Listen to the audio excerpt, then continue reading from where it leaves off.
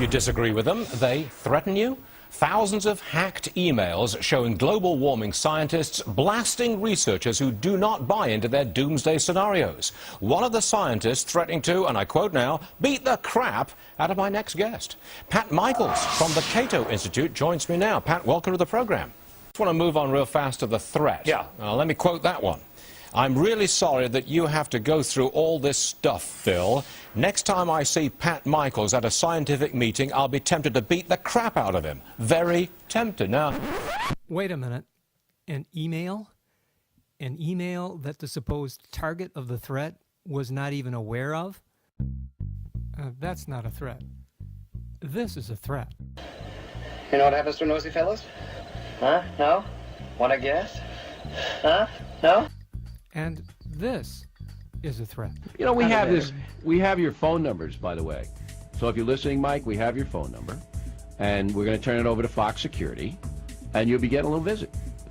Some threats are serious, and some threats are not meant to be taken seriously. How would you like to be the first human being to land on the moon? Shut up.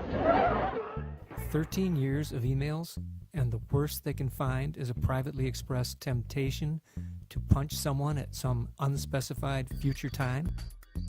Right. Call the cops. I could have you arrested. Shut up. A more potentially serious accusation, however, has been leveled in some quarters. The real problem here is the emails showing these guys trying to intimidate the editors of the major scientific journals and succeeding. In other words, keeping me and my friends and my colleagues from publishing in the refereed literature. If true, the charge would indeed be a serious one. The prestigious journal Nature looked at the evidence and summarized their findings in a recent editorial. The editors write, "A fair reading of the emails reveals nothing to support the denialist conspiracy theories." In one of the more controversial exchanges, UAE scientists sharply criticized the quality of two papers and vowed to keep at least the first paper out of the upcoming fourth assessment report of the IPCC. Whatever the email authors may have said to one another in supposed privacy, however, what matters is how they acted. And the fact is that, in the end, neither they nor the IPCC suppressed anything. When the assessment report was published in 2007, it referenced and discussed both papers. Of particular interest is the paper by Drs. Willie Soon and Sally Balunas, both of the Harvard-Smithsonian Center for Astrophysics. The pair had co-authored a paper that asserted that the 20th century warming trend was not unusual compared with other shifts over the last 1,000 years. Published in 2003, the paper came to the attention of Senator James Inhofe. Senator Inhofe, who is well known in scientific and environmental circles, was then chairman of the Senate Environment and Public Works Committee. Mr. Inhofe is known for holding decidedly contrarian views on scientific matters. In 2008, the League of Conservation Voters awarded him a perfect 0 rating for his legislative record on environmental issues. In a recent memorable speech, Mr. Inhofe made it clear that he is in denial about a lot more things than just climate. I'm really proud to say that in the recorded history of our family, we've never had a divorce or any kind of a homosexual relationship. In 2003, Senator Inhofe was concerned that the country was close to adopting a bipartisan climate bill. Republican Senator John McCain and Democrat Joseph Lieberman had crafted a bill that was soon to get a hearing on the Senate floor. The Soon and Balunas paper seemed to come at the right time for Inhofe to make it the centerpiece of his opposition. The scientists seemed perfect allies for Inhofe. According to a story by Andrew Revkin in the New York Times, the paper itself was underwritten by a $53,000 grant from the American Petroleum Institute. Both scientists receive income from the Exxon-funded George C. Marshall Institute. Dr. Soon was also associated with the Exxon-funded TechCentralStation.com and the Center for Science and Public Policy. The paper had been published in an obscure journal called Climate Research, one of whose editors had expressed skepticism about human causes of climate change. The process that followed has been compared to the tactics used by creationists to promote their agenda. Skeptics find what they consider to be a weak point in the mainstream theory and critique it. Not by conducting original research, they simply review previous work. Then they find a little-known journal where an editor sympathetic to their viewpoint hangs his hat. They get their paper through the peer review process and into print, and they publicize the hell out of it. Hearings centered on the paper began the same week that McCain and Lieberman were trying to force a vote on their climate bill.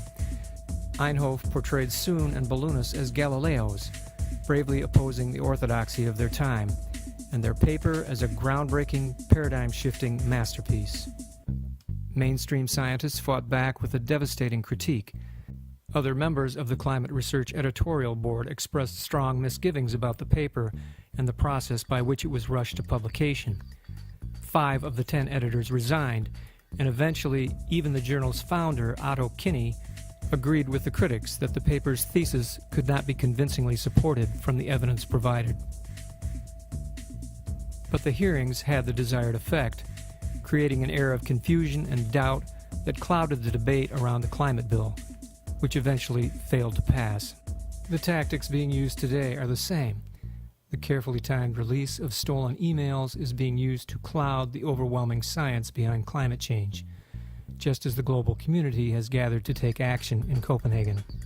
But many in the media smell the manipulation that's going on and are beginning to see this teapot tempest for what it is. Mainstream scientific organizations, including the American Meteorological Society and the American Association for the Advancement of Science, are reaffirming their support for climate science. The journal Nature has called the denialist frenzy paranoid and laughable. The conservative economist dubs the deniers foolish. At the same time, the World Meteorological Organization has announced that this decade has been the warmest in recorded history, and the US EPA has opened the way towards regulation of CO2 emissions.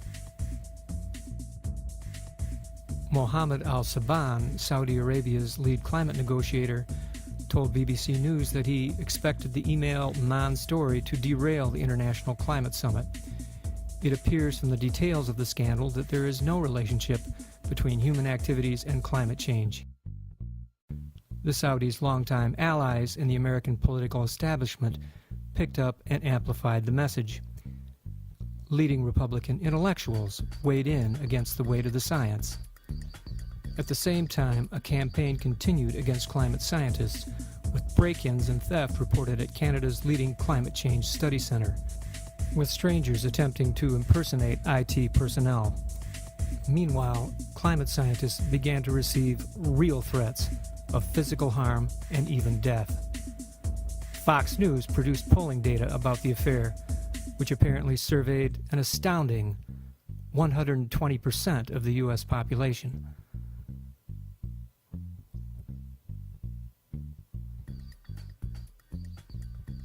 The forces of ignorance and anti-science are lashing out as they feel their worldview is under threat. We can expect more turmoil in coming months as they become more and more desperate. If you're someone concerned with seeing the world as it is, and you think the denialist case doesn't add up, keep coming back to Climate Denial, Crock of the Week.